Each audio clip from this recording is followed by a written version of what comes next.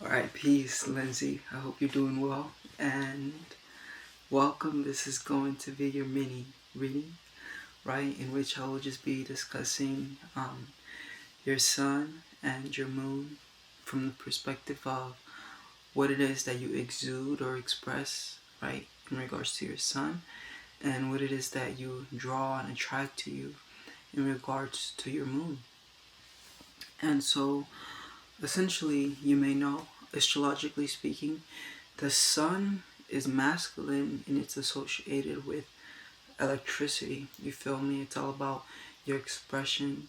In a sense, you can gain an understanding of what the sun represents in astrology by seeing what the sun does in our day to day, in the sense that the sun, right, it shines, it's light, and it doesn't ask anyone if it could shine its light or not. It just does it.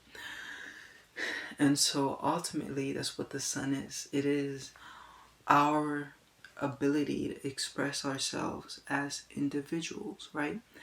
The sun also deals with self-esteem, self-value, and how you see yourself as significant to the community. And when I say the community, this can even be like your immediate family, your workplace, whatever it is. It's just ultimately how you see yourself bringing value to the world. But anyways, without further ado, let's definitely jump into your sun.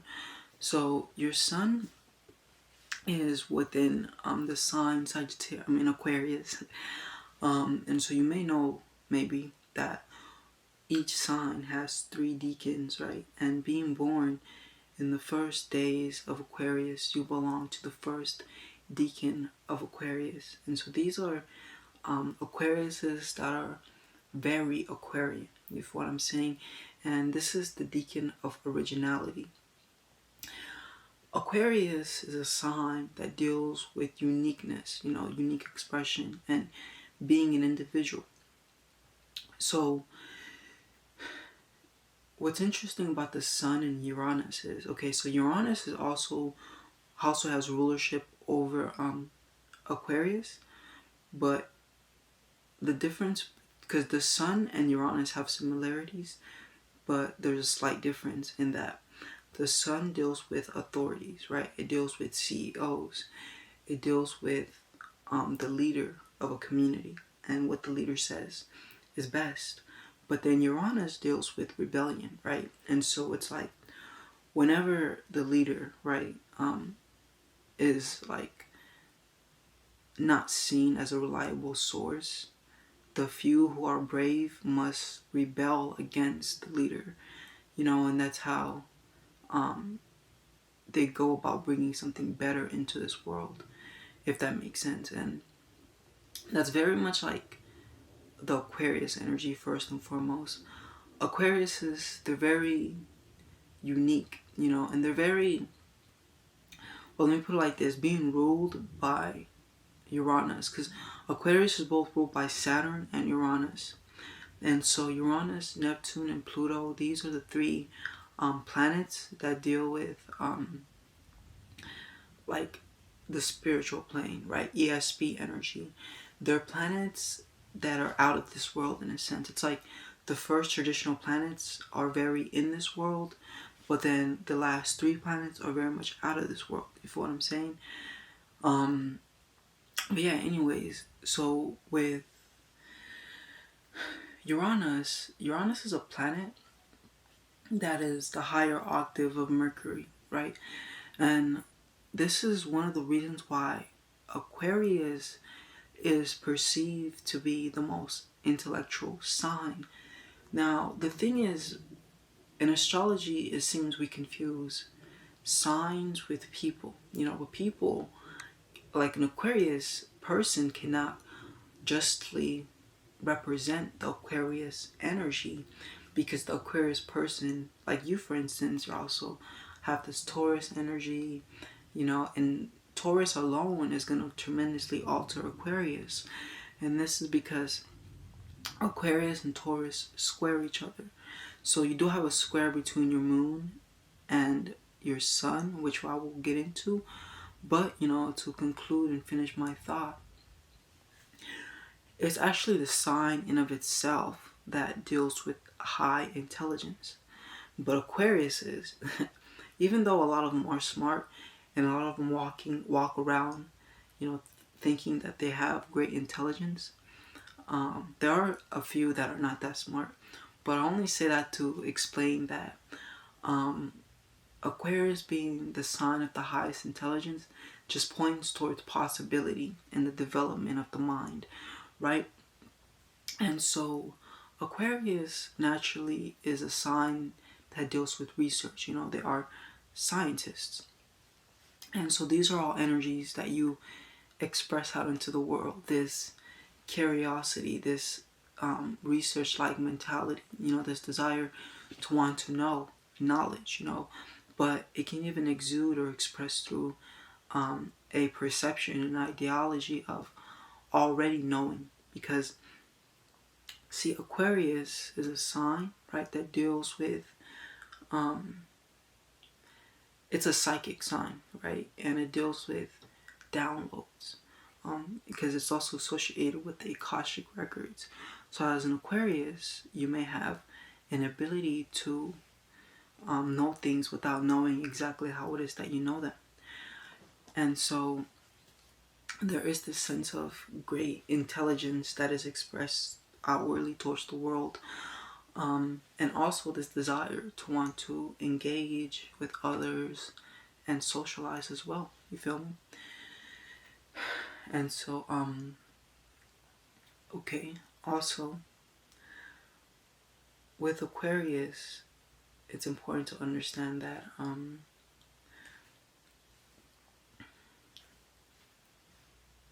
you know what, yeah, I'll leave it at that.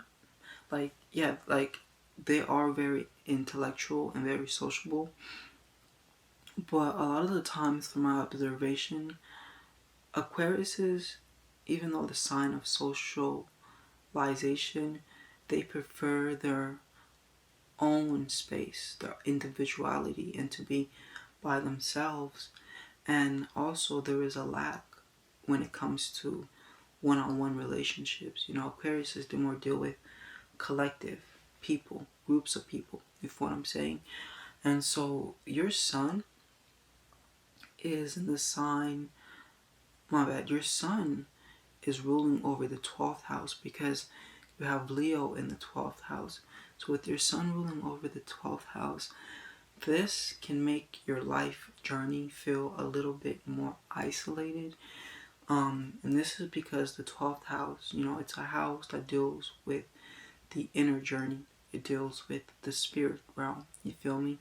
And ultimately, when the sun rules over the 12th house, it just indicates and highlights an individual who has spiritual authority.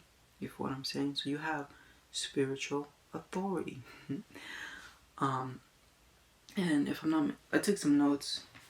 This is a mini reading, but I wanted to go a little deep for you, because, yeah, your energies are cool. Anyways, what is Pluto doing? Alright, yeah, Pluto trines. Okay, so you have Pluto also trining your sun, and with Pluto, so Uranus, Neptune, and Pluto, these are planets that endow an individual with psychic abilities. They endow an individual with an ability to pierce through the veil and look into the spirit realm, ultimately. And with Pluto trining your sun, it indicates a natural tendency for you to be conscientious and aware of the happenings of the spiritual world, but furthermore, having a natural ability to be attuned with your psychic energy or your psychic senses. Aquarius, in of itself is already psychic, but then when Pluto's thrown into the mix, the psychic experiences also become intensified. But in a more practical term, Pluto trining your sun makes you a very intense person. People can feel you.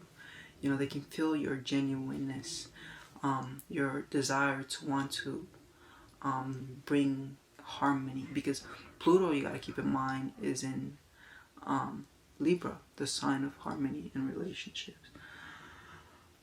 But you know, I don't want to go too deep into this though, because this is supposed to be a mini reading.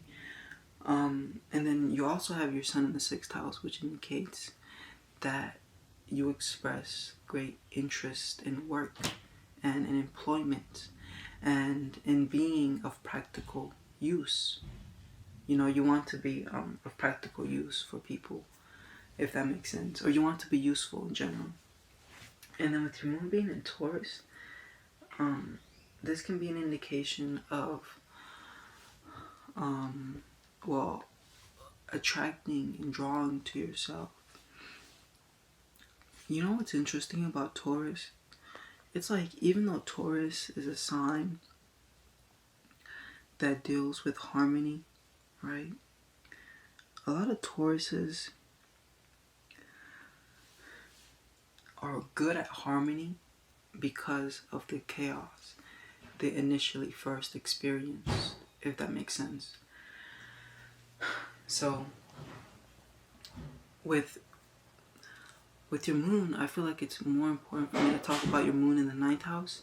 With the moon being in the 9th house, you attract and are a magnet to philosophies. And it's important that in this lifetime, you invest in developing your own mind and your own philosophy.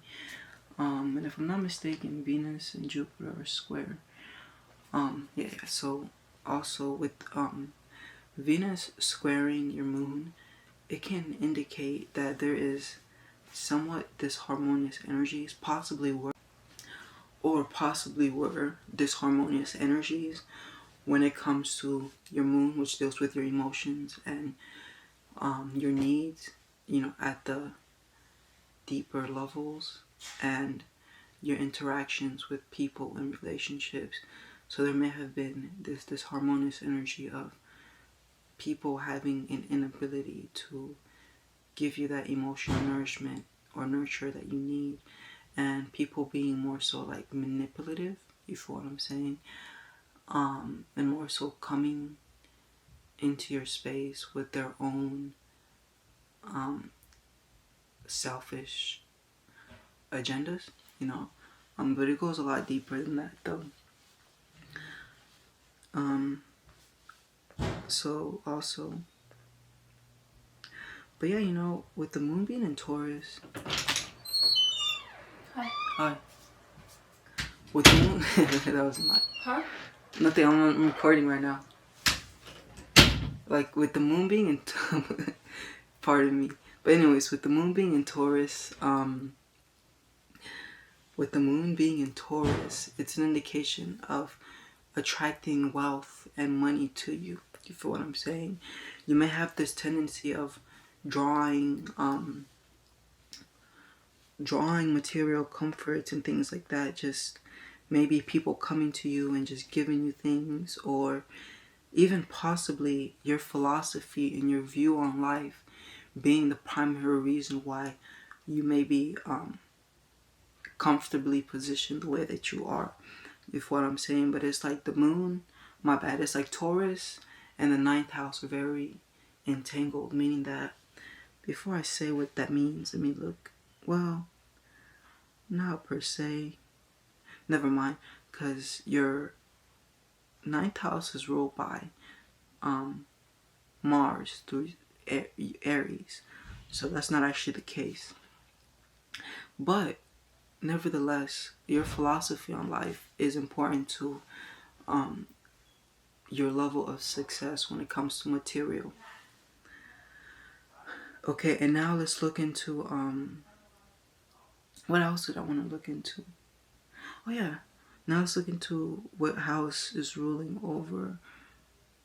What in the world? Okay, so actually your 12th house is ruled by the moon, not your 11th house. I mean, not by the sun, So with your 12th house being ruled by the moon and not the sun, your first house is actually ruled by the sun. But anyways, it is actually still similar energies, but like with your 12th house being ruled over by the moon your rather than the sun, it's not so much that you have authoritative conviction, but it's more so that the spirit realm is more of a home to you than most people. You feel what I'm saying? Yeah, because it's what the moon is. It deals with your mind, the inner mind. You feel me? Who and what is left behind when you're not thinking, when you're not rationalizing, but when you're just like being in your comfort zone, we can say. You feel me? And your comfort zone is very grounded and rooted in the spirit realm and also in your philosophy. But yeah, so with the moon ruling over the 12th house, this can even make you a pretty, this over exaggerates your ability to be a psychic. You feel me? And honestly, this pretty much concludes this mini reading. I can definitely go a lot deeper, and I would like to go deeper for you. So if you're interested, in having me decode your birth chart for you, I'll be more than happy to do so. And so when it comes to like my prices for the fuller readings, I do charge $55, and they are each an hour long. And ultimately, every session covers it's an hour of decoding something that's of great importance within the chart, you feel what I'm saying? And before, I decode it and everything like that, of course I take notes and I do the research, I don't just go into it like I do the mini readings. So if you're interested, I would be more than happy to help you. And now, because this is going to be your first session, I do want to give you a discount. So rather than paying $55, I will, if you're interested, allow you the chance, right, to get a reading for only $30.